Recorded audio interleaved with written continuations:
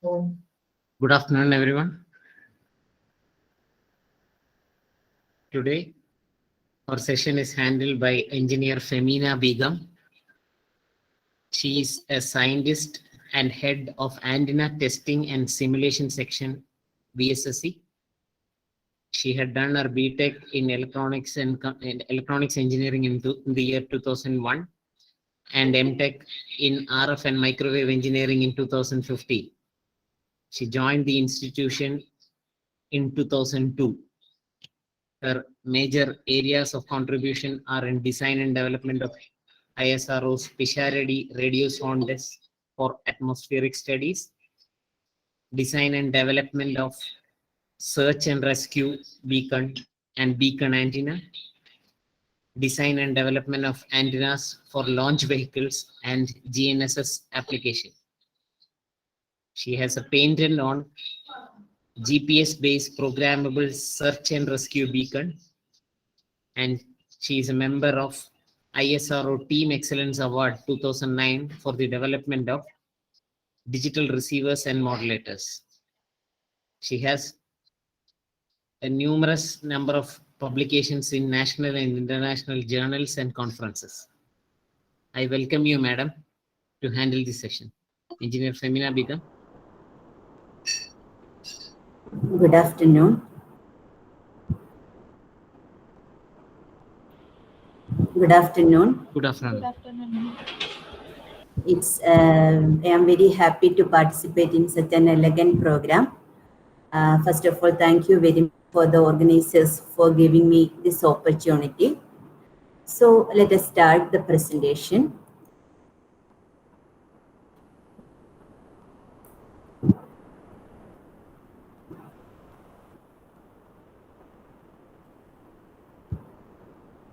Is the presentation visible to everybody?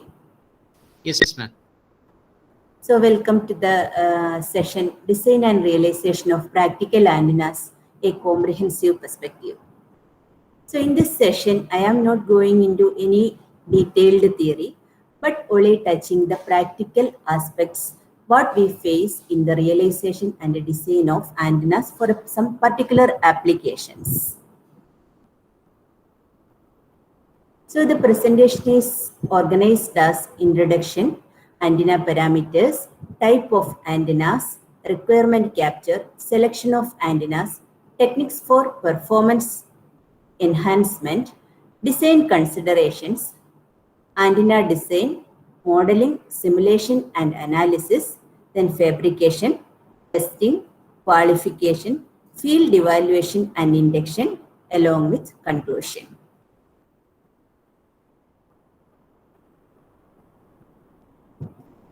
We know antenna is an integral part of any communication device. There is no communication device which will not use an antenna for transferring data wirelessly. So then what is an antenna? In general, anything can be an antenna. Anything which can receive or which can transmit radio waves or electromagnetic waves can be considered as an antenna. Even the leaves or even the human body. But when we talk about communication, an antenna is a device which can transmit or receive electromagnetic energy in an efficient manner. So then what is the importance of antenna? Suppose we are designing a communication system. Everything is perfect. If the antenna has some imperfections, the performance of all other parts, the transmitter or the modulator or the baseband, whatever it is, will go in vain. So antenna performance is a very key factor in the effective functioning of any communication system. We know there are a lot of research going on in the field of antennas. Just for few examples, earlier we could have seen long antennas in our cars, but now those antennas are not there. That is converted to small sharp fin antennas. Earlier these were long aerials, we called them aerials, but now they are converted to small antennas like sharp fin antennas. or even in some cases, these antennas are even not visible also. And in the case of mobile phones, in older generation, we can see there were projecting antenna elements. But you see, in our current smartphones, can we see any antennas outside? No. Then, is there because there is no antenna? No. Because the number of antennas in our current smartphones are increasing day by day. Now there are antennas for 4G, 2G, 3G, 4G for that data communication. Then antenna is there for Bluetooth and Wi-Fi communication. Then antenna is there for GPS and NSS communication. And if your smartphone is having wireless charging, then this also will have some antennas. So all the research fields are concentrating on how we can reduce the size, but at the same time without compromising the performance.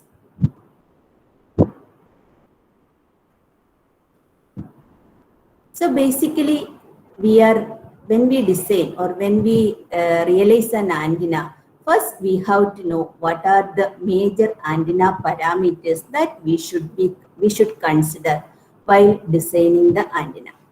So in general, we study in a very antenna theory these parameters. So in general, these antenna parameters can be classified into three groups. One is the spectral, one is temporal, and one is spatial. In general, we regularly deal with the spectral parameters. Spectral means everything related to frequency. So in that spectral parameters, we deal with return loss and VSWR, radiation pattern, gain, directivity, efficiency, axial ratio, bandwidth. That bandwidth can be impedance bandwidth, half power bandwidth, or axial ratio bandwidth. But in some cases, some type of antenna, we have to do time-based analysis, which is called temporal analysis. For example, fidelity factor. Those things we will cover in details. And also in some other cases, for example, ultra-wideband antennas, where we are dealing with around 10 gigahertz of bandwidth. We have to consider some other parameters also. There we have to see how the performance or radiation or the performance parameters change with the space. The space means with the frequency, with the distance. So that also considered in spatial parameters, and this is covered in pattern stability factor analysis. So let us go one by one of each of these parameters. Here in theory, we know what is the reflection coefficient. Reflection coefficient is the ratio of reflected voltage to incident voltage, or in terms of power also. And from reflection coefficient, you will get the VSWR, that is voltage standing wave ratio. So this, and also in sometimes as antenna is a single port device, we will consider the S parameters, that is S11. And also we will use the term return loss. So we have to keep in mind that the VSWR, S11 and the return loss, everything related to reflection. So what is the significance? Suppose we are sending some power to our antenna. So there is some impedance mismatch. Then corresponding to that impedance mismatch, power will be reflected. We know the maximum power transfer theorem. For the transfer of power efficiently or the full transfer of power, we need both the receiving and sending points should match in impedance for maximum power transfer. So if the antenna is not matched to the input transmitter, then the power will be reflected back to the transmitter. That is represented by the term reflection coefficient. So here I want to stress on few points. So when you refer in many papers, we can see sometimes we will use return loss. Sometimes we will use reflection coefficient and sometimes you will use S11. So what is the value? What is the range? How is the use? In many papers, you can see sometimes it is mentioned as return loss greater than minus 10 dB or less than minus 10 dB. So it should be considered in mind that return loss is always a positive parameter. And also S11 when we see in decibels, it is always less than 0. And VSWR is always less than or equal to, VSWR is always greater than 1. That what I have written is not correct. So such mistakes we should avoid. So S11 is always less than 0 and the return loss is always greater than 0. When we specify the measurement parameters, all the sign is very important. So then, from this reflection coefficient or from this return loss values, what is the what is the understanding we will get, or what is the thing, what is the importance? You can see from the table that for each values of reflection coefficient, how much percentage of power is reflected back. So when the reflection coefficient of is 0.2, then only 4% of the power is reflected back. And the VSWR corresponding to that is 1.5 and the return loss is around 14 dB. Usually when we analyze the antenna, we will mark at 2 points, that is return loss 14 dB and also return loss 10 dB. Usually in general, all the analysis may cover 10 dB points, that is 9.3 equivalent to VSWR of 2. But in specific applications where we require more matching or power efficiency, then we will consider the return loss value of 14 dB. For all longitudinal application, for all the antennas, we are specifying the performance or bandwidth or frequency characteristics at return loss value of 14 dB. So this return loss or VSWR always indicate the level of input impedance matching. So if the input of the antenna is matched, reflected power will be less. If the return loss is low, then there is more reflection.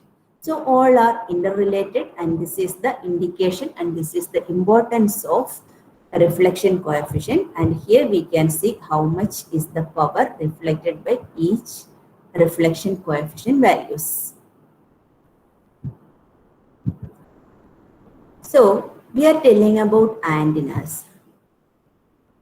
When an antenna radiates, there will be 3 types of fields, radiation fields created near to that antenna. So the field which is very close to the antenna is termed as near field, that is reactive near field region. We have the equation, the radius of the reactive near field is 0.62 square root of d cube by lambda. And also next comes a middle region which is called radiating near field or Fresnel region.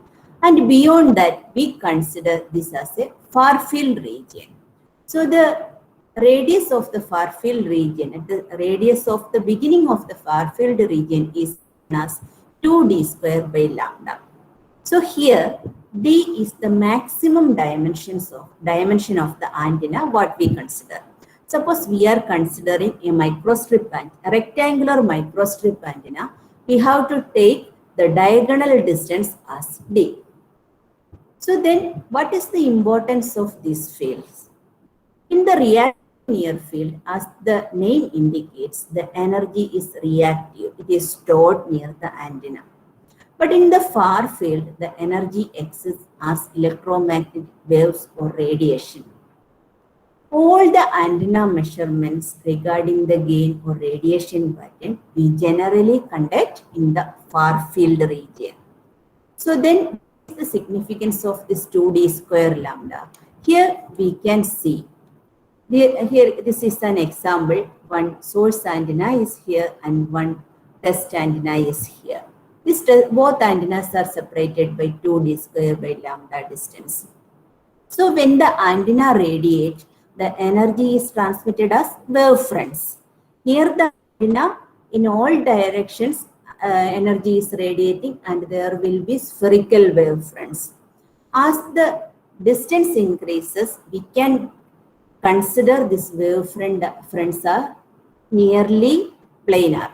So at this 2d square by lambda distance, we can see from the figure that the phase difference, phase error at the test antenna, receiving antenna will be around 22.5 degrees. So that point is considered as the far field distance. The point is that the error due to the difference in the phase of the wave front at the receiving antenna should be minimum. So if we are keeping the antenna more close, the phase error at the ends of the antenna, receiving antenna, will be more and the measurement will be erroneous. So whenever we are measuring the antenna radiation pattern, we should keep in mind that every time we have to keep the both antennas at a distance, minimum distance of 2d square by lambda.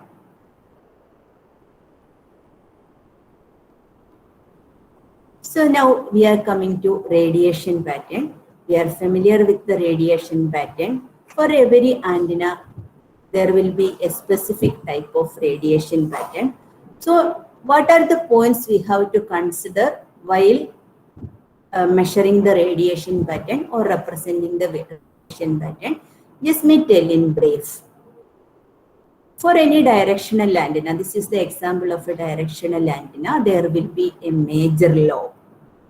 And this radiation pattern, we can represent in 3 dimension, we can represent in 2 dimension.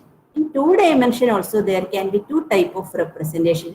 One is polar plot representation and one is Cartesian coordinate representation.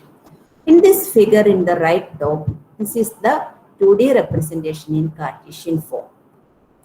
So in whatever form we are representing, like VSWR reflection coefficient S11, like that, here in radiation pattern also, whatever form we are representing, we have to consider major performance parameters. That is, one is the beam width. Beam width can be specified in 2 ways. One is the half power beam width and the first null beam width. That we can directly get from the measured radiation pattern. And generally, when we refer to all these published papers, we see there are 2 types of 2-dimensional patterns represented. Those are called primary principal plane patterns. So, in literature, you will commonly see this H-plane, the usage of H-plane pattern and E-plane pattern. So, let me just tell what is the significance of this pattern and what are these H-plane and E-plane patterns or principal planes. So, whenever an antenna radiates, the radiation will move in a particular direction. And also there will be electric field as well as magnetic field. So when we consider in free space, both the electric field, magnetic field and direction of propagation will be orthogonal, TEM waves, you know. So then what is the significance of this principal plane? Here in the generalized representation of any antenna radiation pattern, the plane we are considering is the plane that contains the electric field and direction of propagation. So the radiation pattern in that field, in that plane is called the E-plane pattern. The plane containing direction of propagation and electric field. Next is the orthogonal plane. In the orthogonal plane, there will be magnetic field and it contains the direction of propagation also. This is called H-plane അല്ലെങ്കിൽ H-field plane. So, these principal planes are considered in representing any radiation pattern regarding any antennas. So when we consider a micro, here we can see it is shown an example of a horn antenna. Here E field is shown, H field is shown, direction of propagation is shown, and here we are representing the, here we are showing the E plane as well as H plane. But when we consider a microstrip antenna, usually in general, the feed point and the center of the antenna, and that line along with the direction of propagation is considered as E plane, and the plane perpendicular to that is considered as H plane. So now let us move to the other important parameters: gain, directivity, and efficiency. We know all these parameters are interconnected. So when we design an antenna, we may design, we may simulate, and we will see the result. So first we will see what is the directivity of the antenna, the directivity pattern of the antenna. Keep in mind that the directivity is an indication of the performance about the transmitted signal. So from the figure, we can see this is our antenna, and this terminal, that is the output terminal, will be the directivity reference. The directivity indicates with respect to the power radiated and the power in a particular direction. And also there will be some losses in the antenna, and antenna losses we can quantify in terms of efficiency. So these efficiency values will contain the mainly the dielectric efficiency, conducting efficiency. The dielectric efficiency consider the dielectric losses inside the antenna. In the case of metallic antennas like horn antenna, there won't be any special dielectric, only air dielectric. But if we are considering microstrip antenna, there will be a dielectric substrate which have different dissipation factors or tan delta values. So that determine the loss in that substrate of the microstrip antenna. So conduction efficiency, everything will have some conductivity, and due to that conductivity there will be a loss, and that is quantified in the term conduction efficiency. So and there is other important efficiency what we consider is the reflection or mismatch efficiency. We told about the reflection at the input of the antenna. Here at the input of the antenna, we will measure the gain. With respect to input of the antenna, we are measuring the gain. When we consider total loss, we have to consider all these losses due to reflection and due to conduction, conductivity, dielectric loss, we have to consider. So, but in general, this conduction loss and dielectric loss is generally termed as radiation efficiency. So whenever we see output from our simulation software, there you can see gain as well as realized gain. So these parameters, they will give gain, they will give realized gain. And what is the significance? This gain parameters consider only the losses in the antenna, that is dielectric loss as well as the conduction loss. But it is not considering the input mismatch at the antenna input terminal. So even if the input is not at all matched, it can give a good gain, because if the antenna is not having any conduction loss or dielectric loss.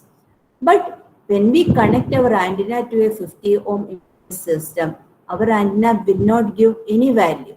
At that time, as a designer, we should consider the realized gain.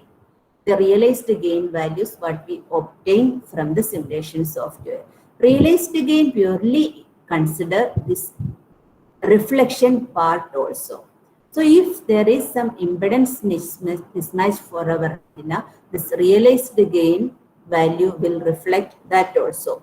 That is the actual gain what we are going to get when we use our antenna in the practical system. So for study purpose, we can stick to the gain values. But for a practical realization purpose, you should always consider the realized gain values. So next thing is the polarization. The polarization indicated by the figure. What is polarization? It is the figure traced, indicated by the figure, traced by the tip of the electric field vector in a fixed plane with respect to time. So, this polarization, what we have to understand is that we are always observing the polarization at a fixed plane. So then what is the variation? Variation is with respect to time. So if we are observing the wave at a particular plane, as the wave propagates, how the electric field vector moves is the indication of the polarization of the wave. So the properties of the trace, that is the polarization, it is determined by the time varying direction and the relative magnitude of the electric field vector. So usually in every analysis, we know we split this electric field vector, suppose it is a tilted vector, into two orthogonal components. Whatever vector for all analysis, we are splitting it to two orthogonal components. That components are mentioned here, relative magnitude E field vector components. And other major point, what we have to keep in mind that the field must be observed along with the direction of propagation or as the wave is traveling away from the observer. In that way only we have to consider the polarization. Never think that if we are keeping an LXCP antenna in the opposite direction, it will be a RCP. No. So when in what way we keep the antenna, the direction of propagation from that antenna or radiation, in that direction only we have to see the polarization. We know there are mainly three types of polarization: the linear polarization, circular polarization, and elliptical polarization. So how we can get a linear polarization? Suppose there is an electric field component, only single electric field the single electric field components means that will give us a linear polarization. Suppose there are two components which are in phase, then also we will get the resultant vector as a line, and there will not be any movement with respect to time in that plane of observation. Then also we will get linear polarization. Then again we can consider two orthogonal components which are out of phase. 180-degree phase shift is there between signal. Then also we will get a linear polarization. So then how we can achieve a circular polarization? Many times we are supposed to design circularly polarized antennas or RLCP antennas or LHCP antennas. So then what is the condition for circular polarization? So for any circular polarized antennas, there must be two orthogonal components in the electric field. That is the first condition. And then the phase difference between the two orthogonal components must be multiples of odd multiples of 90. If it is even multiple, then it will be 180, and that will be the case for linear polarization. But for circular polarization, there should be two orthogonal components which have equal magnitude. At the same time, the phase difference between the two should be odd multiples of 90 degree. So now coming to the elliptical polarization. If there are two orthogonal components which are of unequal magnitude, so in the elliptical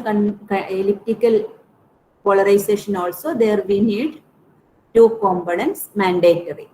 So then what is the condition between the two components? If the two components are not of the same magnitude, then their time phase difference must not be 0 or multiple of 180. That means then it will be linear polarization. The next case, the components are of equal magnitude. But in that case, the time phase difference must not be odd multiples of 90 degree. So these are the conditions for getting elliptical polarization. Now we have seen circular polarization and elliptical polarization. We know in circular polarization and elliptical polarization, this circular or elliptical movement can be either clockwise or anti-clockwise. So we refer in our antenna literature as right-handed polarization or RCP or left-handed polarization or LHCP. Suppose the vector is moving, suppose the trace vector is moving, tracing from left to right, we will say it is right-handed polarization. And if the vector end is moving from right to left, then it will be left-hand polarization. So here we have, we told in case of circular polarization, there should be two components and the phase difference between the two components should be 90 degree or multiple of 90 degree. Suppose let it be 90 degree. Then how we can say whether it is an RHCP or whether it is an LHCP? There is a thumb of rule. Anyway, when we consider orthogonal components, one component will be lagging other or other component will be leading the other. So when the sense of rotation is always determined by rotating the phase leading component towards the phase lagging component. So if the phase leading component, if we move from the phase leading component to the phase lagging component, if we are moving in the anti-clockwise direction, it will be LHCP polarization. And if we moving from the leading to lagging in the clockwise direction, this will be RHCP. So these points are to be considered when we are considering the polarization of the antenna, what we are going to decide. Sense of polarization and how the polarization can be achieved, especially when it is circular or elliptical polarization. Also, the linearity or when we design an antenna in the linear polarization, linearity of the polarization also we should ensure. So related to the polarization, the very important parameter is the axial ratio. So as we told, let us consider the trace of the electric field vector is an ellipse. So the circular polarization and linear polarization are special cases of this elliptical polarization. So when the major axis and the minor axis values are equal, then it will be a circular polarization, and this minor axis tends to 0, then it will be a linear polarization. So the axial ratio is defined by the major axis divided by minor axis, and the axial ratio value varies between 1 to infinity. So here we come across two important terms, that is cross polarization and copolarization. In every paper, what you refer regarding the circularly polarized or elliptically polarized antennas, we should mention the copole and the cross-pole components. And what is this copole and cross-pole? Copole means co-polarized. That is the polarization for which we have designed our antenna. Suppose we are designing our antenna for RHCP, then the magnitude of RHCP component or radiation component, the radiation pattern is referred as copole or co-polarized component. There can be some component in the LHCP also, unwanted polarization also. That component is referred as cross polarization. As a rule of thumb, then how much cross polarization component can be there? And also for linear polarization and circular polarization, how much will be the axial ratio values? As a rule of thumb, in general case, for linearly polarized antennas or for an antenna to be considered as okay for linear polarized use, then the axial ratio should be at least greater than 20 dB. In the case of circular polarized antenna, the axial ratio should be less than or equal to 3. It can be any value, but when we use it for a particular polarized RHCP or LHCP polarized application like our GPS antenna or whatever it is, then the axial ratio of the antenna what we design should be less than or equal to 3. Then only the reception will be proper. Sometimes you may get the signal at 5 dB also, but for a qualified antenna, the value is considered to be less than 3 dB. And also the cross polarization level. Suppose we are designing the antenna for RHCP, then the LHCP level should be less. That difference should be greater than 20 dB. That is the cross polarization level. All these parameters we have to consider when we design a circularly polarized or elliptically polarized antenna, even linearly polarized antenna. So now we have covered the impedance mismatch or VSWR or S parameters, then the gain and axial ratio. So now we are coming to the one important area, bandwidth. Usually in every antenna, we refer the bandwidth of the antenna with respect to impedance matching or VSWR or S11. Usually, as I told earlier, we are considering the 10 dB return loss or minus 10 dB S parameter or 14 dB return loss or minus 14 dB level for S parameters. So that value is considered as the bandwidth. When we consider gain of the antenna, usually we see what is the half power value, half power points. Suppose the gain of the antenna is 6 dB, the 3 dB point comes to 3 dB. So that 3 dB variation in the gain up to 3 dB is considered okay. So we have to see in what bandwidth we are having that 3 dB gain. Then there comes to axial ratio.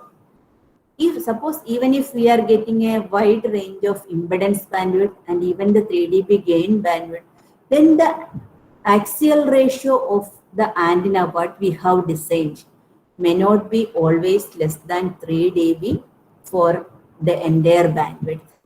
Here I am showing a typical example. Here it is the results of a wideband circularly polarized antenna. Here we can see this black is the S11 value. So when we consider minus 10 value, the bandwidth varies from 2.07 gigahertz to 2.81 gigahertz. And that is a total bandwidth of 740 megahertz. So next we will consider the gain, not realize the gain, just gain. So blue is the curve for gain. And in that case, the variation, we are getting the variation less than 3 dB from 2 gigahertz to, before that I have not considered 2 gigahertz to even 2.84 gigahertz. Here you can see next is the red one is the realized gain.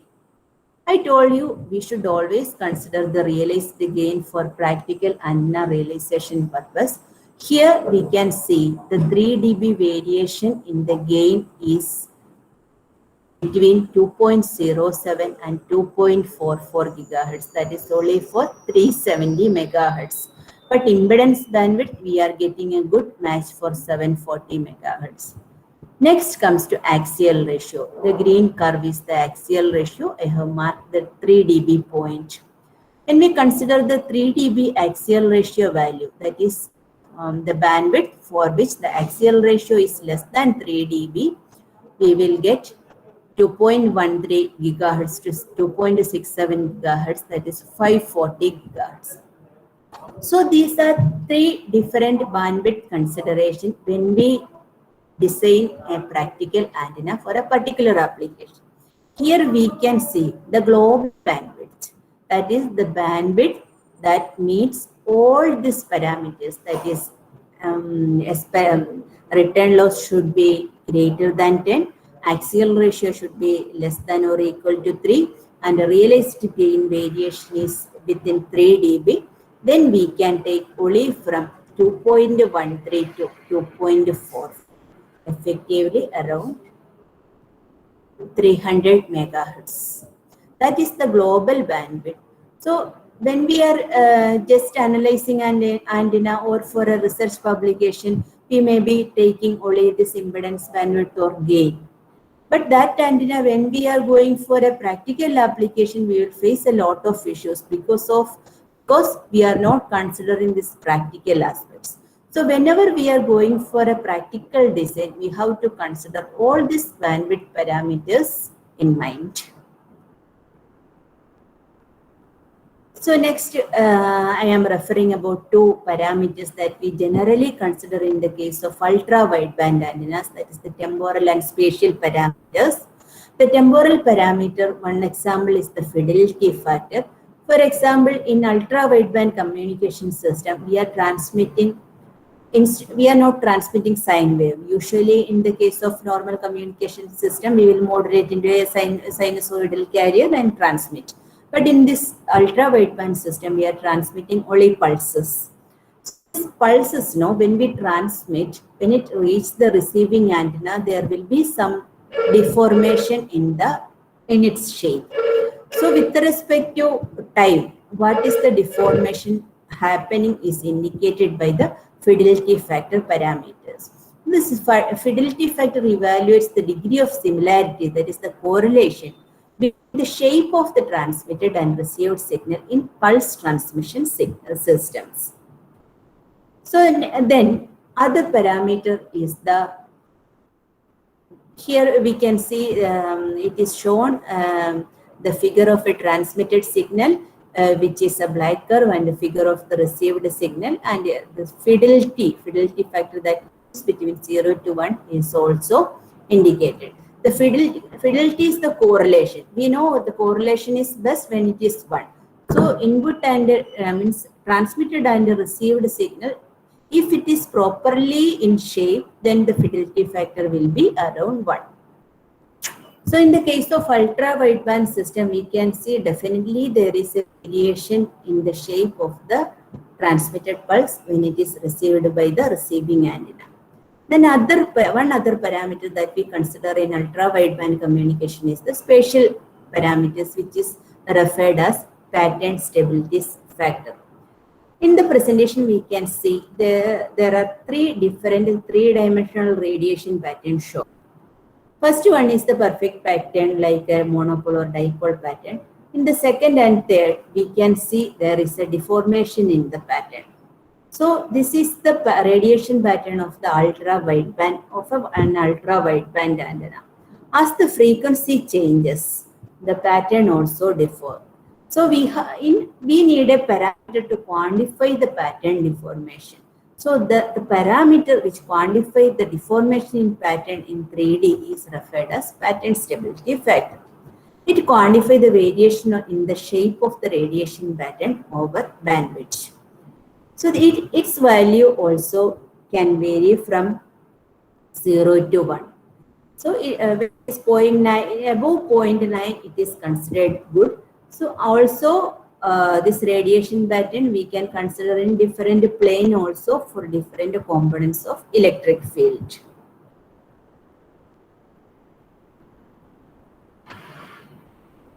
So let me take a 2 minutes break.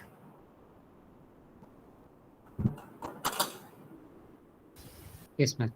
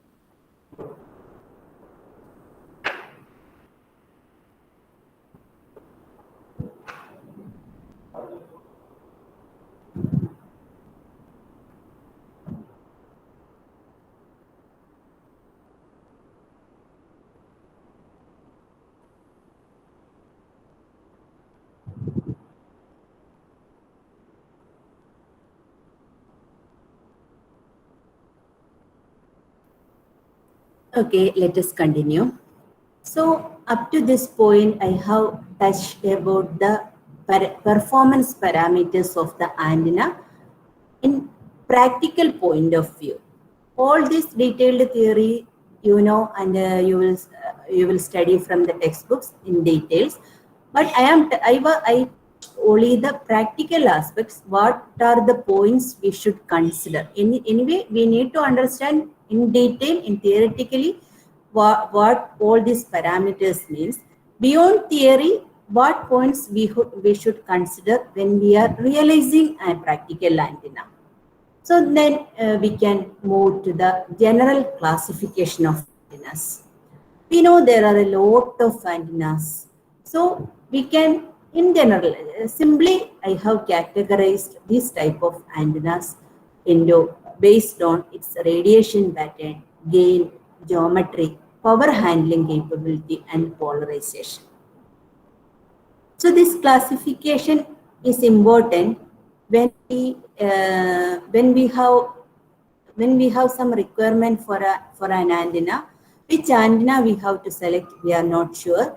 Then this classification will be helpful. So based on the radiation pattern, we know mainly there are three types of radiation pattern. One is isotropic, other one is omnidirectional, third one is directional. This isotropic pattern, as we have studied, it is only a theoretical. It is just a reference.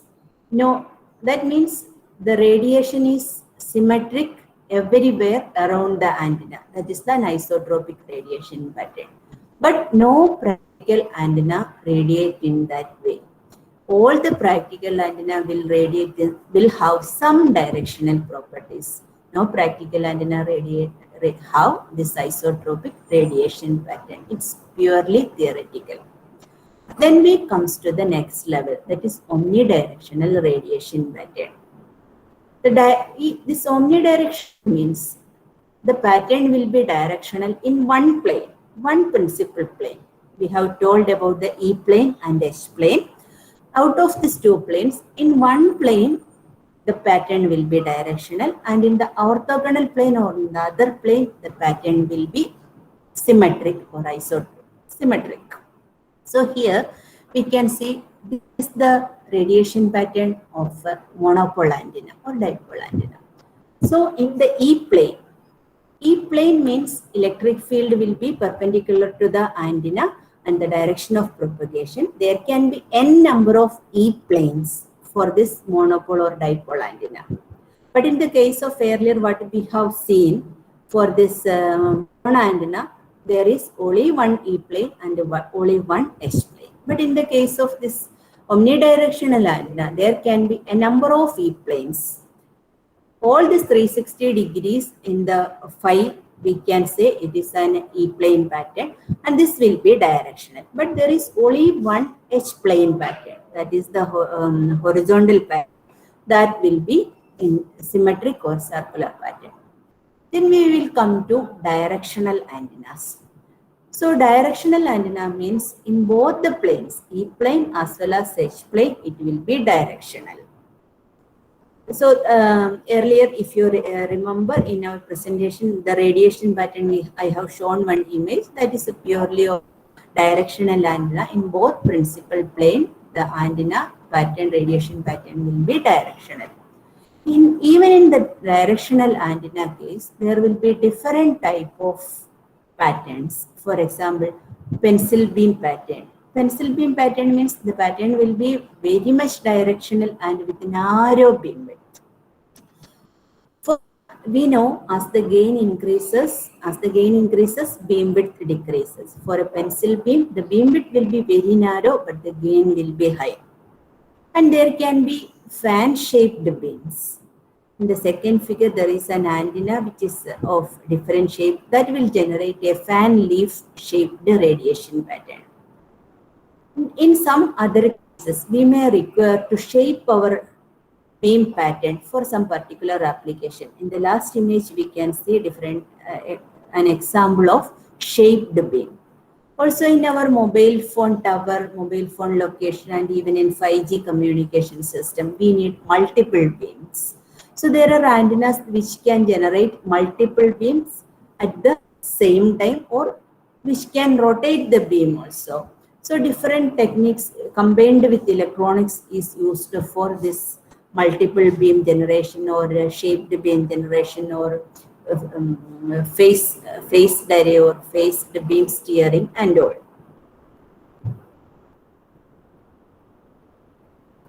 So depending on our application, we have to select which radiation pattern will be of our final antenna.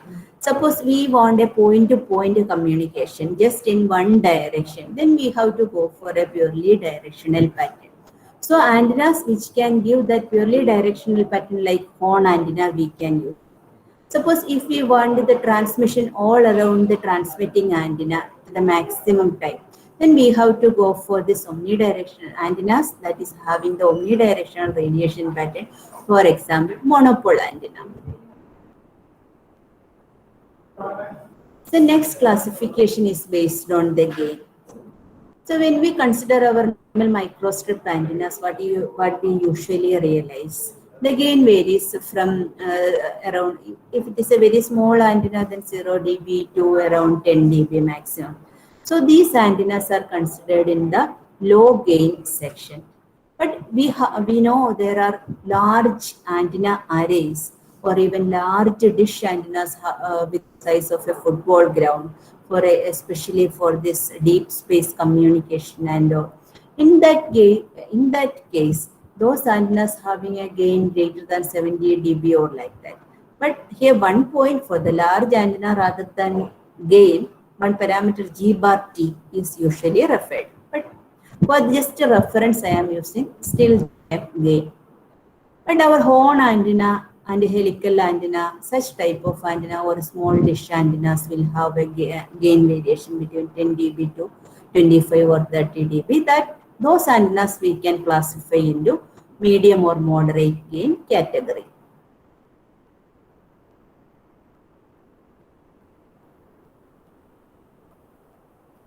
So based on the geometry also, we can classify the antennas. For example, wire antennas, we can consider a Ryagi-Yuda antenna or monopole antenna or dipole. Also, loop antennas are there for very low frequency applications. Then the aperture antennas are there, where some apertures are generated to give radiation properties, for example, horn and waveguide antennas. Then the reflector antennas, we know the parabolic dishes, large and small. Then lens antennas are there, slot antennas are there, microstrip antennas are also there. And these microstrip antennas are planar antennas. The slot antennas can be microstrip antennas, or also can act as slot antennas. Waveguide can act as slot antennas. It's also a geometrical difference. But this lens antennas, reflector antennas, aperture antennas, and wire antennas, all these are three-dimensional antennas. They are not planar. So suppose here, if we want to have a design which should be planar, then our option is the microstrip antennas. So depending on other parameters also, gain and power handling, all these parameters. So next comes to power handling. So suppose we are designing one antenna. Can we use it for any communication system? Can we control the output of any transmitter? No. Each antenna will have a particular capability for handling the power. Suppose it is a metallic antenna, it can handle more power.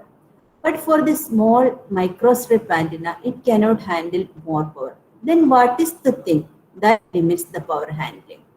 So generally power handling means how much power level can the antenna handle. Beyond, it will get damaged permanently. So suppose if we are giving a high power to a simple microstrip antenna, what will happen? It will burn, simply burn. Why? Power handling specification includes the average and peak power. So When we consider the power handling capability of an antenna, sometimes for some antenna we can apply high power for a short duration, but it cannot handle that high power for a long duration. At the same time, it can handle a low power for long duration. So what are the criteria? The average power and peak power, the implication is that the average power damages the hardware through heating effect. We know every antenna will have a conduction loss. So conduction loss leads to heat dissipation. The heat generated due to when we consider an antenna, there will be DC power also near to that system, or even in phased array or like that antenna, there will be a DC power come along with this antenna circuit also. The combined effect of this RF power along with the DC power will increase the heat, and that effect will lead to the damage in the case of average power. But there, suppose if we can dissipate the heat generated to using some cooling mechanism like heat sink or cooling machineries, then we can still increase the power capability of our antenna. But in the case of peak power, the damage of the hardware usually occurs due to breakdown effect. Here also the combined maximum voltage due to RF as well as DC power forms has to be considered. So this breakdown or electrical breakdown or arcing, whatever it is, it can be due to ionization breakdown or dielectric breakdown or junction breakdown. So when that happens, we know that happens in atomic level. So when we design our one antenna for a particular application, we have to keep in mind what is the power handling capability that is intended for that antenna. We cannot use a simple to transmit kilowatts power in the mobile towers, baseband towers. So if we are designing an antenna for a particular application, this parameter, power handling, also we should consider.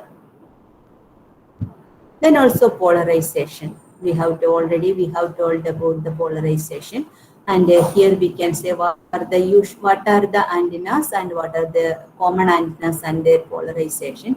Linear polarized antennas, for example, it can be vertical or horizontal or tilted depending on the direction of the electric field vector.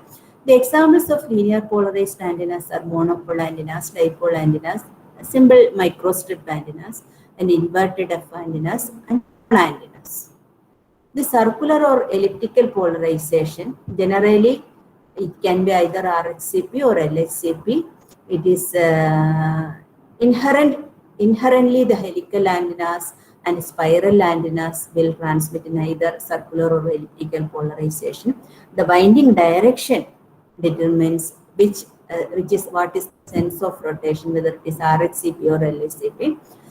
And microstrip antenna also, we can get this circular polarization with some modification.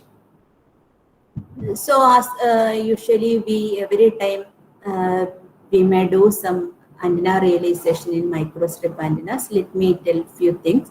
So in microstrip antenna, we can generate this circular polarization by modification. That means slightly adjusting a square patch dimensions and also perturbations, or we can get the circular polarization by corner chopping, in which corner you are chopping depending on and your feed point, depending on the corner you are chopping and your feed point location, the sense of rotation is changed. And also by using a diagonal slot also you can generate this circular polarization. In addition to that, using two feed also you can generate circular polarization. We have told in generating the circular polarization we need two orthogonal components. So suppose in the example, if there is a single feed and how we are generating the two orthogonal polarization, that is by perturbating the patch and generating two excitation which are orthogonal and also having 90. The same we can achieve by using a quadrature hybrid also. Each of the design will have different advantages as well as disadvantages. Okay, now we have covered the antenna parameters and classification of antenna. So then we are going for the design and realization of antenna. How we will proceed? So you are asked to design an antenna for a particular application. Then how you will start? First step is the requirement capture. So now we have discussed about a lot of parameters, a lot of points to be considered.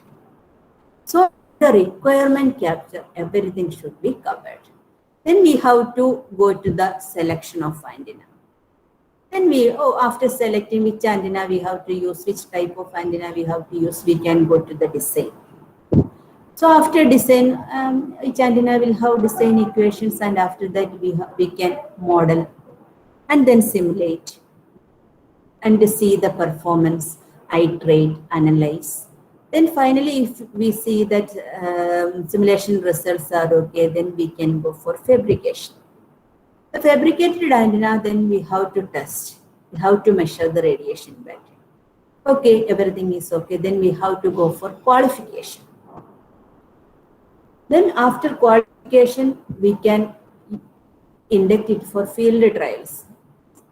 Then after field trials means where it is intended to use. We have to test the antenna there. After that, we can induct the antenna to a particular system for that system. Usually, we may not be designing single antenna. If it is a commercial system, there should be a number of antennas to be produced as a part of the system. Then the antenna has to be given for production. So let us see the details of each and every step. So this flow chart you should keep in mind, and missing any of these points will lead to delaying the final realization of antenna or performance degradation of the antenna.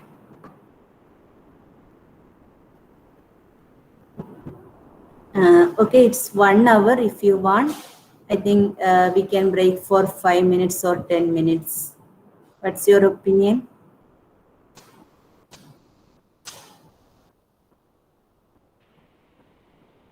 Yes, ma'am, 5 minutes. Okay, 5 minutes.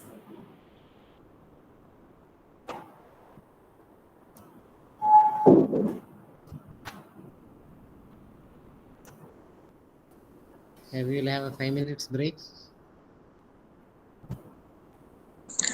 Okay, sir.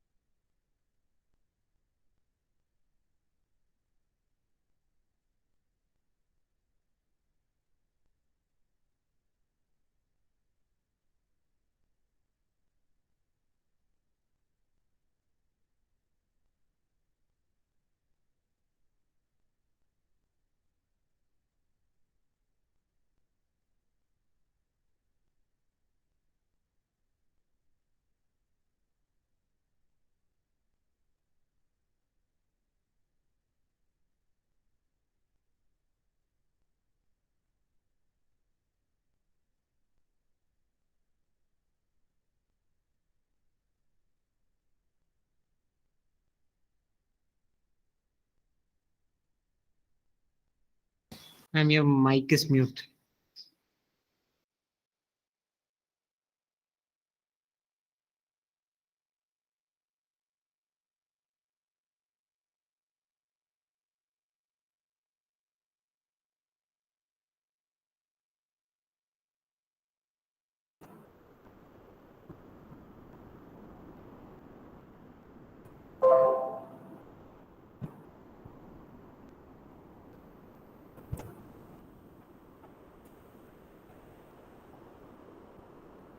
Shall we continue?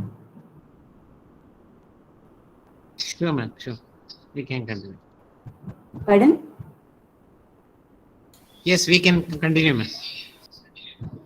Okay. So, I have told about the steps we have to follow while designing an antenna. First one is the requirement capture. So, when we consider the requirements, we have to consider the performance requirement and the mechanical aspects of the antenna, that is mechanical requirement, then environmental climatic requirement. The antenna has to function. What is the environment it's functioning? And also the structural requirements. The performance requirement include the spectral, temporal, and spatial parameters, what we have already discussed. Then special requirements like sometimes we need some isolation, this cross polarization, etc. The size. So each design or each requirement will have some size restrictions, natural, and also the geometry restrictions. As I told, it can be a planar antenna or it can be a three-dimensional antenna. And also the platform on which we are going to mount the antenna. For example, in the case of mobile tower antennas, we are going to mount the antenna on metallic towers. If it is a launch vehicle, we are going to mount the antenna on the surface of the launch vehicle, which is a metal. So in that case, that metal will act as the ground plane. So then what will be the effect of that ground plane effect? And also if we are going to use the antenna in a shipborne communication system, then we know the salt water will have some conductivity and the signals will be reflected. So in that environment, how our antenna will perform. So we should have a clear understanding of the platform on which our antenna will be used. Then the environmental conditions. It can be used in salty environment. It can be used in high temperature environment. For example, if it is used in a launch vehicle, antenna anyway, it should be exposed. It should be out of the vehicle. So as the launch vehicle moves through the environment, the temperature increases to a very high value. Our antenna should withstand that. And also vibration. Suppose if we are designing an antenna for a mobile phone or a modem, then there is no vibration. But if we are designing an antenna for a launch vehicle or for a missile or like that applications, then we have to consider the vibration. The structural requirement also. For example, initially we told about the shark fin antenna. Shark fin antenna, what the cover is according to the aerodynamic or fluidic design. So if we are going to design antenna for our aircraft, that flights or even for our UAVs, then also we have to consider the structural requirement. Suppose if you are designing an antenna for a remote controlled drone, can we have some flappy antennas or hanging antennas with microstrip or some air draft? No.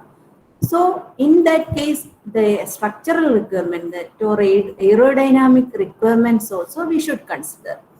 So whenever we are, as an initial step, when we start to design, we should capture the maximum points regarding the requirement, all factors. Suppose if we miss any of the factors, we will be forced to redesign our antenna. then the total life cycle will take around, and the time to market will be more, or the time to complete the realization or injection will be more. So if the requirements are clear, we can go to the selection of antenna. So let us discuss about the design as well as some design challenges. We have to select the antenna depending on the requirement as per our understanding. Then first we will start our design using standard design equation. All these antennas will have some standard design equation. We will start that design. So we are considering all the parameters like gain, bandwidth, polarization, size, strength, operating environment, feasibility of fabrication, and also these points, that is feasibility of fabrication, testability, performance repeatability, production friendly design. These points I have not touched till now.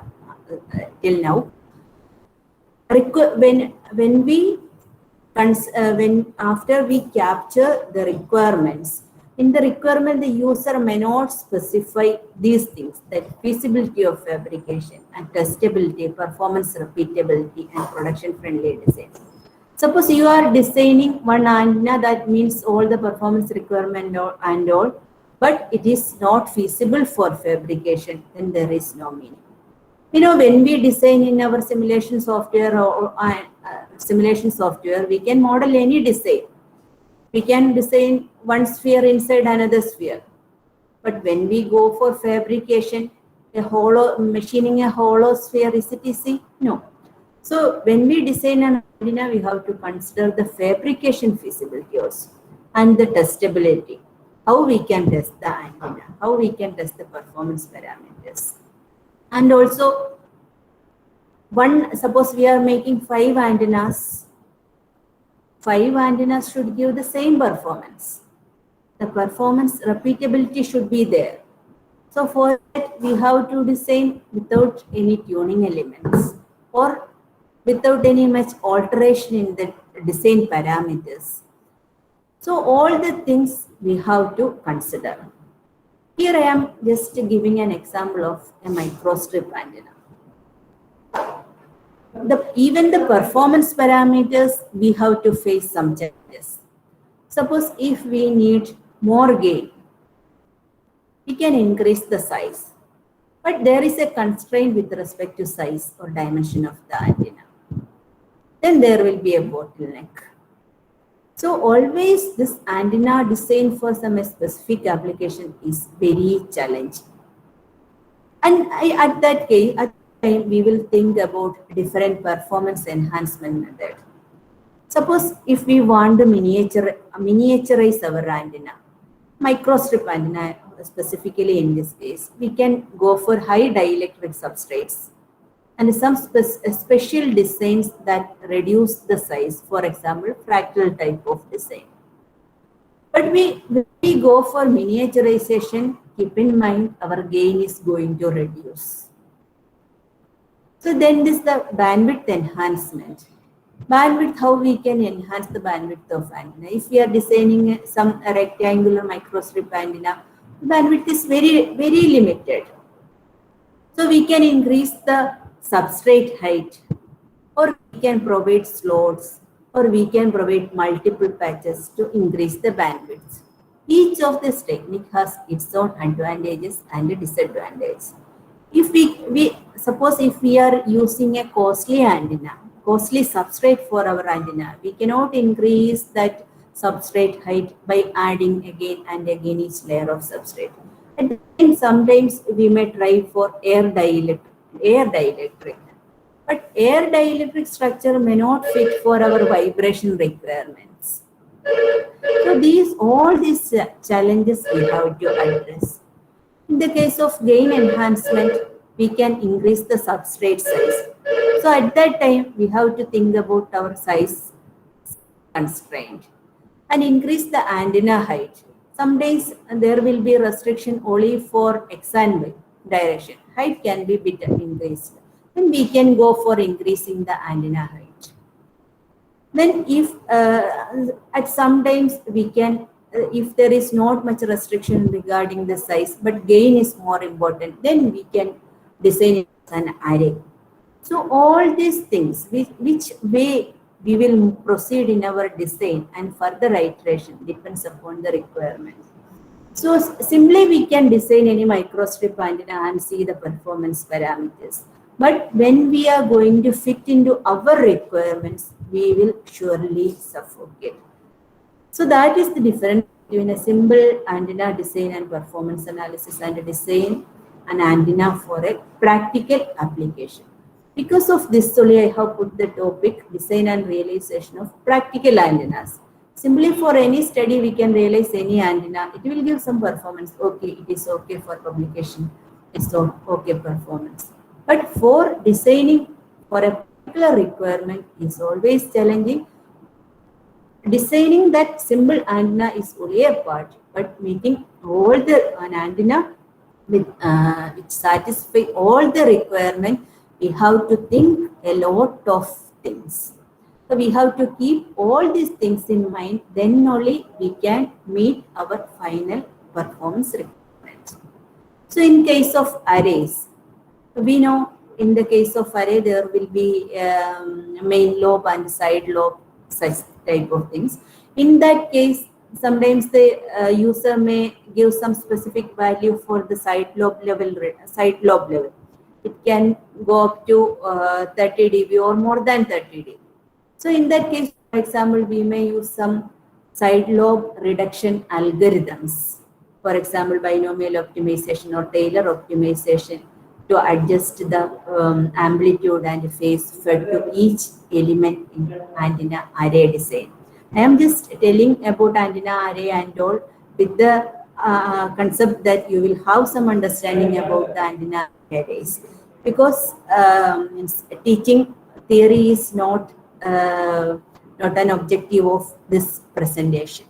So all these things, all these things, anyway, whenever a user tells about some requirement, we have to see all the ways, in all the dimensions regarding requirements. After designing, so initially we will start with our design equation and we are considering all the design challenges. Then what is our next step in standard? We will model. We actually nowadays everything we have efficient electromagnetic simulation tools, and we can model, we can simulate, we can analysis, we can iterate n of times, we can do the simulation correct and do everything. So this that high level tools are there. But even with MATLAB, we can do minimal amount of calculations.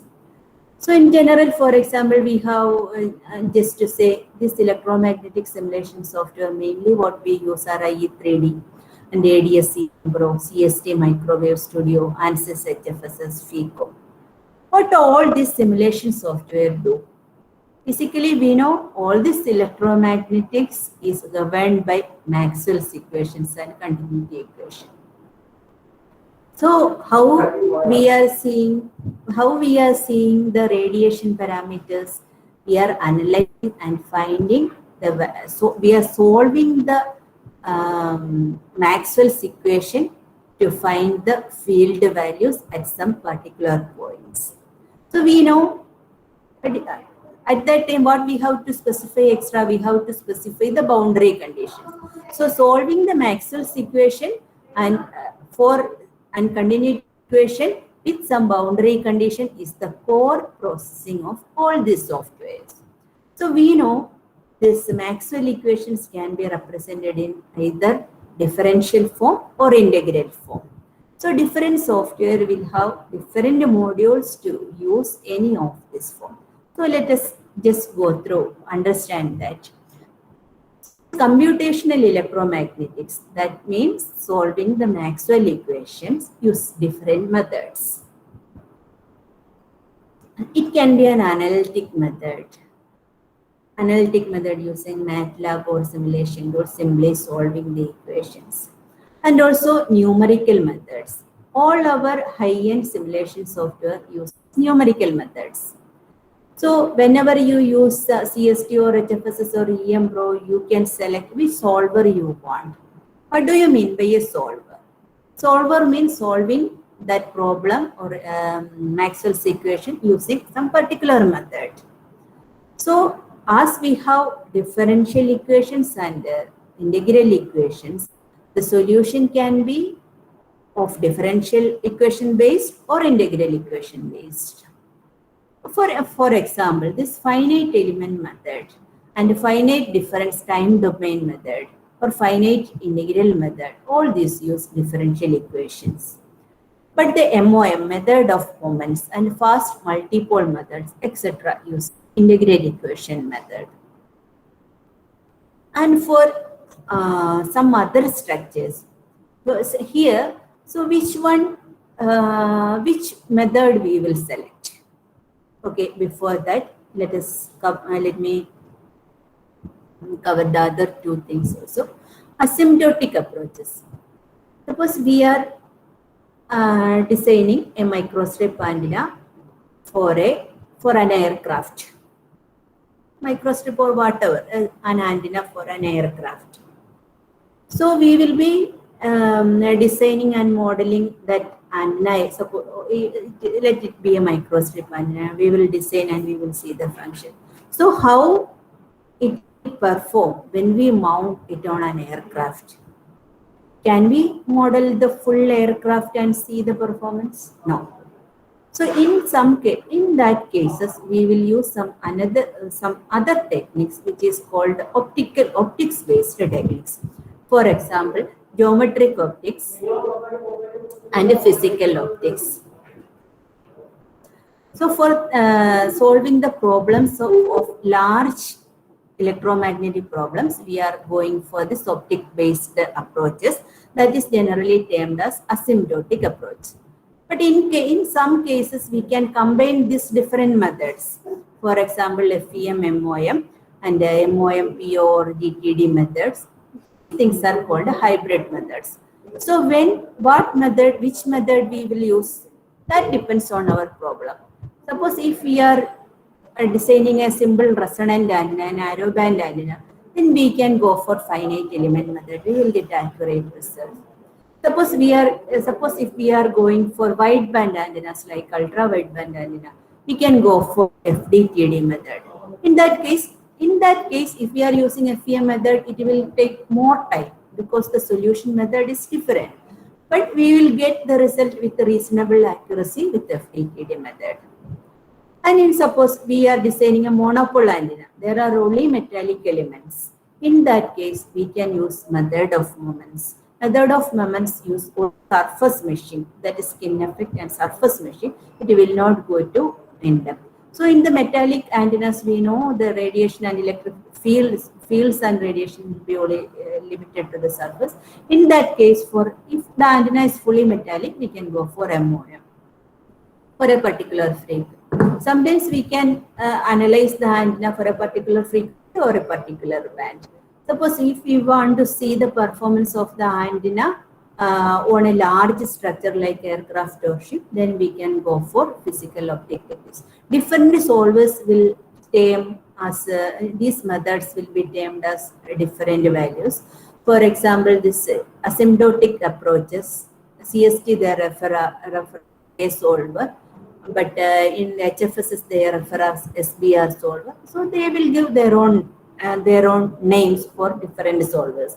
But basically all the simulation software, what they do is solve the Maxwell's equation and the continuity equation with specific boundary condition. And depending on the problem what we have to have an understanding and use the suitable method for getting the accurate solution. Whatever we use, we may get a solution, but for our problem, how we can increase the accuracy without using much of the resources, PC resources. If we are selecting the correct method, we will get the result at the earliest. So we have designed. In our simulation software, we have modeled, we have designed, we have modeled, we have simulated. So in the simulation, we can in general, what I say, if we are designing an antenna, for example, simple microstrip antenna, length, width, height, everything you do with variable values, so that we can analyze them in parametrically. So we suppose we are designing a microstrip antenna. What is the effect of increasing the substrate height or increasing the length? You do parametric analysis. That option is available in almost all software. Suppose there is an optimization tool also. You give the goal parameters. I need this as parameter below this value. You vary length and width. Then finally, it may give. That may not be exactly what you expect, but that optimization tool also you can use. So after many iterations, it may take many iterations, and keep in mind, large designs may take more time for simulation. So maximum correctness you have to bring before running long simulation. So after simulation, let it be a very performance parameters we have analyzed. All the things are okay, and dimension wise it is okay. Then we are going for fabrication. So what is the steps for fabrication? So this all our simulation software will give file output that is compatible with other CAD tools. So these design files can be exported in standard format from the simulation tools and bring to the CAD preparation tools. Suppose it is a horn antenna, we need a CAD only. But if it is a microstrip antenna with the multi-layers, then we need some specific layout softwares. For example, Altium Designer or CAD Fusion, Autodesk, etc. So if it is a microstrip, PCB based microstrip design, then what is the step? First, we have to, our design, we have to change to the design which is required for direct fabrication in the PCB fabrication machine. That we call the process as a layouting. So this layout file, suppose there are some through holes in the design, we may be giving a pin. That through holes should be designed in the proper way in the layout. So we have to transfer our design to the layout.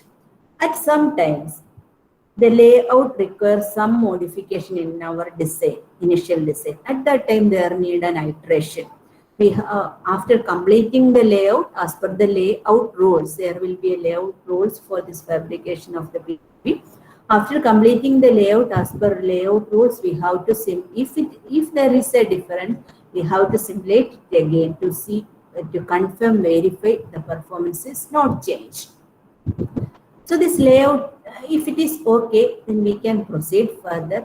And this layout tools will give output file format. Generally, it is termed as Gerber files. And this can be taken for PCB fabrication. So then when we go for fabrication, suppose it is a multi-layer PCB design, multi-layer antenna design with quadrature, hybrid or electronics, then we have to see, when we stack the PCBs, we have to use some bonding materials. The properties of it is generally called a pre-preg. Bonding material or pre-preg characteristics also should match our dielectric characteristics of our substrate. That point also you should keep in mind. And also for in some designs, what you can see in the presentation, some of the PCB fabrication, we will apply a green mask over the antenna. So the effect of the green mask, it may change the dielectric properties. So it can shift the frequency, or it can change the gain. Such thing also we have to consider. Suppose it is a 3D antenna like horn antenna, then there is no PCB fabrication. We have to prepare the CAD and give it for machining in CNC machine. Or sometimes nowadays small antennas are made using 3D printers also. So at that case, we should always think about the fabrication feasibility. Our design should be in such a way that it can be fabricated. Usually this fabrication will have different techniques. Suppose it is a horn antenna, milling, so many techniques we are using. So suppose we are designing an antenna with some metal block with some internal holes. Can we make that? No, we cannot machine that. So design can be anything as per your imagination, but at that time you should think about the feasibility of fabrication also. Even in the of multi-layer PCB design also. In the design, you may be putting blind wires. Blind wire means from one layer it is stopping in the middle layer. But in the fabrication process, it may not be possible depending on the layer structure, stacking and fabrication feasibility. So you have to get in touch initially where you are going to fabricate, that you have to get in, and whether it is feasible for such an design, that you should see. Then only you should proceed further. All the design fabrication aspects also you should consider. Anyway, it is an iterative process. Suppose if you are a new designer, you may not be knowing all this, but it's an iterative process. But as far as you know, you have to try to understand maximum things that will reduce the effort. So, okay, and now design is over. Fabrication is over. Okay, it has come out well. Then we have to measure and test the antenna. So what is the first parameter what we are going to measure? It is the S parameter or return loss, VSWR, or anything what we call. The equipment what we are used to measure the return loss S parameter is called a vector network analyzer. All our RF labs will have VNAs, and we will measure. First, we will connect the antenna and measure the S parameters. So, and make sure each of the devices, usually in general, each LNA require a calibration. They will provide the calibration kit. So, before each measurement, you should calibrate the VNA. So sometimes somebody will change the frequency range, span, frequency or any level. Then you will be going to measure. You may get some result that may not be accurate. So whenever you start measuring your antenna S parameters in VNA, ensure you calibrate it. In some VNA, there is a provision to store the calibration files and reload the calibration file. That facility also you can use once you calibrate and store the data. So after S parameters, the bandwidth performance means impedance bandwidth. In S parameter, we are seeing only impedance bandwidth. If the impedance bandwidth this performance is okay, and if it is matching with our simulation and it is meeting, if it is meeting our requirement, then we can go for radiation pattern and gain measurement. So where we will measure the gain, how we will measure the gain. So for the radiation pattern or gain measurement, usually there are three facilities are used. One is the far field open range. Other one is the compact antenna test range, and third one is the near field range. Suppose we are designing a large antenna, a low frequency antenna. We know for low frequency the dimension will be high. Or for example, if we are designing one antenna for a launch vehicle. Launch vehicle full structure we may not consider, but a sample cylinder or model cylinder we will consider. So initially, when we discussed the far field, we have to consider the largest dimension of the antenna. So if we are mounting the antenna on a cylinder, then that also will be a part of the antenna, that is a ground. So your D, that is the 2D square by lambda parameters, that D increases. Then you may, in order to get the far field point, you need a large distance. So in such cases, we use open ranges. As you can see in the figure, one transmitting antenna, will be located at one point, and test antenna will be located at some. There are some cases which are kilometers away, this test ranges, depending on the size of the antenna and frequency of use. The next one is the compact antenna test range. So in the case of open range, there are many limitations because environmental, in the rainy conditions, we may not be able to test.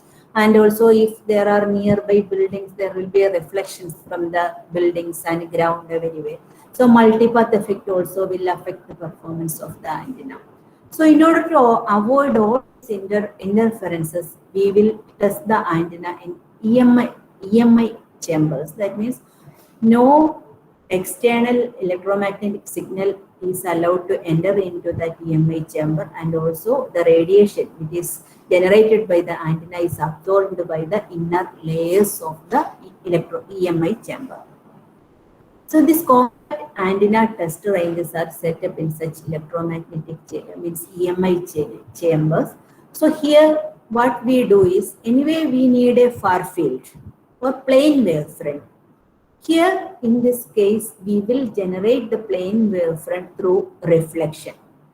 From the source antenna, it will be reflected by one surface to other surface, and finally a plane wavefront is reached at the test antenna.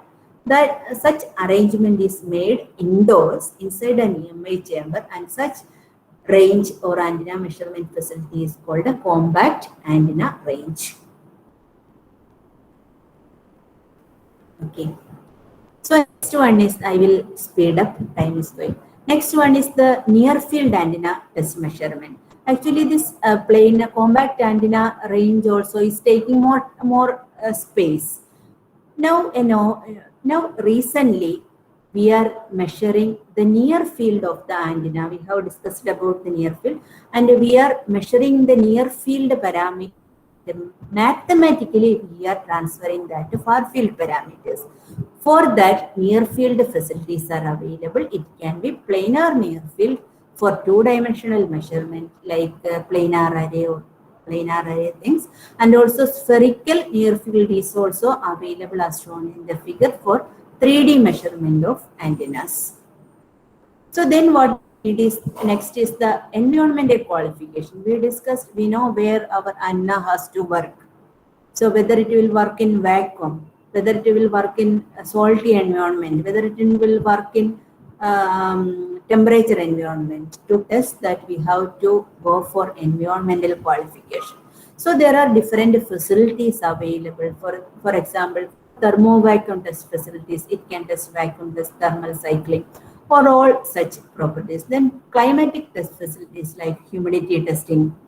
Suppose if it is a high humid condition, some part of, if it is, we are using some absorbing parts in the antenna which can absorb moisture, the performance will change. We have to test humidity and the salt spread. For example, I told, if we are going for an shipborne antenna, it's a salty environment, whether it corrode, that whether the coating or effect means presence of salt will affect the performance. That test we have to do, salt spray test and burn-in test. Burn-in test means continuously testing our antenna for particular duration to see whether some premature failure or performance deviation. And also in the case of launch vehicles or missiles, we have to do the shock and vibration test, because it has to meet that specific, it has to handle that vibration and shock. So that test also to be done. So you may be in where you can do all these tests. Usually all the major organization may have. ISRO is also having these such facilities, and this antenna test ranges as well. Antenna test ranges, what we have discussed in the previous slide, and this environmental test facilities are available at Space Application Center, Ahmedabad, which can be used by external industries also. So that facility is available for public through external industrial collaboration. So anybody is interested can use that facility also at SAC Ahmedabad. This is for your information. So then we have to test our antenna in the actual field. Suppose it is a mobile tower antenna, there won't be, there can be n number of nearby antennas. How those antennas will interfere with the performance of our antenna, how the cross coupling, how the interference, how it can manage, whether it will perform like what we expected. And for example, if we are designing a antenna radar for automatic vehicle communication, there will be a lot of vehicles nearby, whether it will perform as we expected. that we have to test. And if we are designing an antenna for a mobile, then in a noisy environment full of RF noise and the reflections, buildings, transmission, will it give the support? We are designing an RFID antenna for a smart card, whether it will perform in a particular environment. All these things, for which, for what application we have designed our antenna, we have to field test. So field testing is again challenging. So many unexpected things will come in point, and we have to solve each one.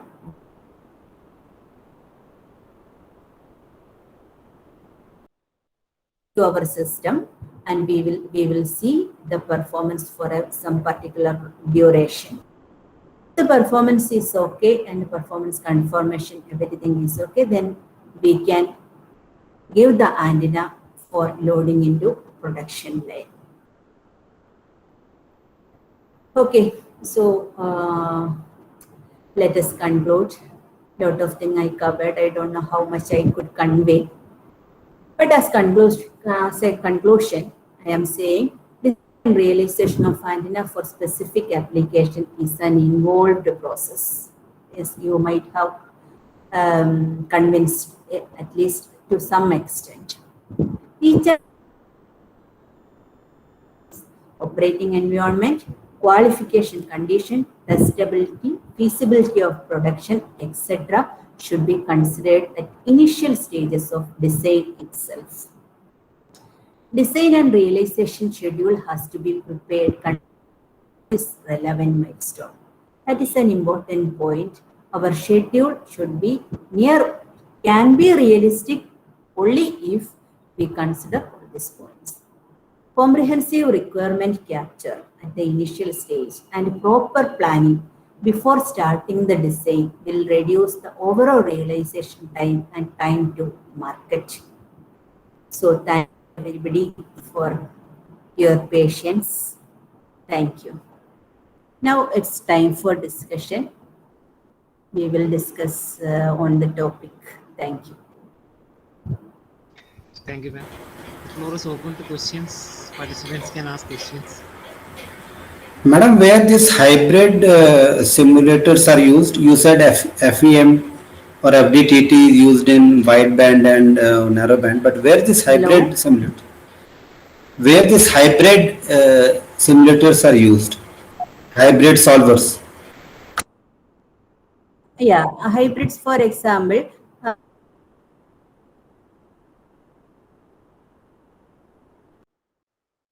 so in order to cater the launch vehicle structure, we may not be simulating we may not be simulating the full structure. So I can take a model, a section of the cylinder. Cylinder can be of a 2 meter or 3 meter diameter. So this cylindrical part I will solve using MOM. And the antenna part on which I am, that I will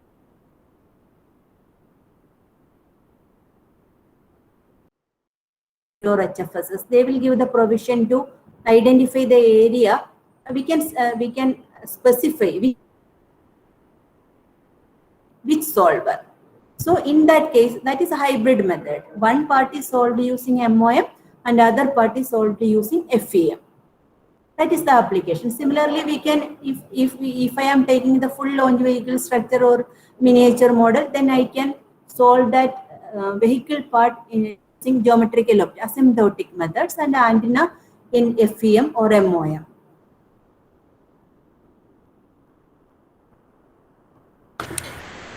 Okay, ma'am.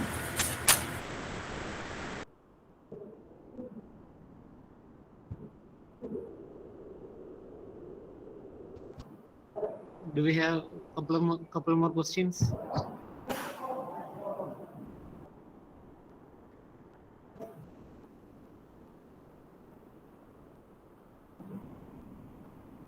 And you have lots of appreciation in the message chat box. A very good session and all. So thank you for the excellent session. Okay. Thank you, ma'am, for the wonderful session.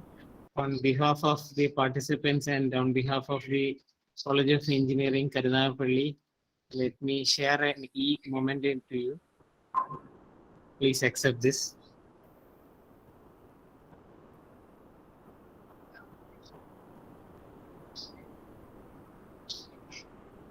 It's not clear.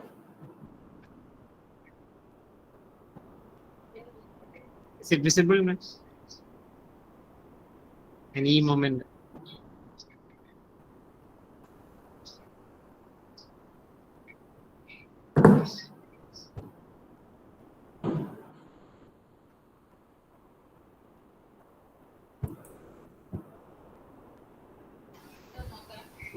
Can you see this, ma'am?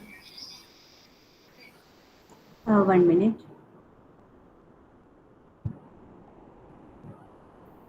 Shall I remove presentation?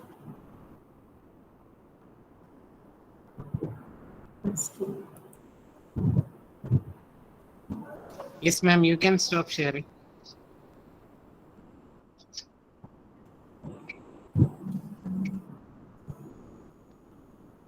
Okay.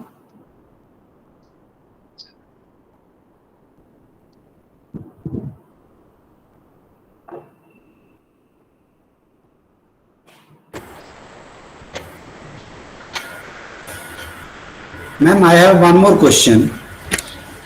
Ma'am, I have one more question. Like H field you have shown in circular and E field you have shown in that what you say dipole type. How this E and H field is plotted? Can you please repeat? You have shown this radiation pattern E field and H field, wherein H field is in circular type and E field is in dipole type. So how is that plotted? Actually, the radiation pattern of the dipole antenna is, we know that is a apple shape, no? So Yes. whenever we cut cross or in any plane, we will get the directional pattern. So H plane means we are cutting that in the horizontal plane. So when we cut apple in a horizontal plane, we will get a circular shape. So then if you are asking why it is H plane, for a dipole antenna, the electric field is in the direction of that, means is in the direction of that antenna only, no? Vertically, it will be vertical. So that is why we are telling that vertical fields are all E fields. And when we consider the direction of propagation, electric field will be horizontal, and this horizontal plane will act as H plane. So there will be only one H plane, but n number of E planes are there for a dipole antenna. Is it the answer to your question? Yes, ma'am. I believe you said because of dipole antenna, the E field is in dipole shape and H field is in circular shape. No. Actually, it is not dipole shape. Oh, actually, that is a cut. So all this dipole antenna will have an apple shape pattern. When we see in 3-dimensional, it's an apple shape pattern. So if we cut the apple in vertically, we will get the 2 lobes. That is a directional thing. If we cut the apple in horizontally, then what we will get? It is a circle only, no? That is what we have shown there. Okay, ma'am. Okay.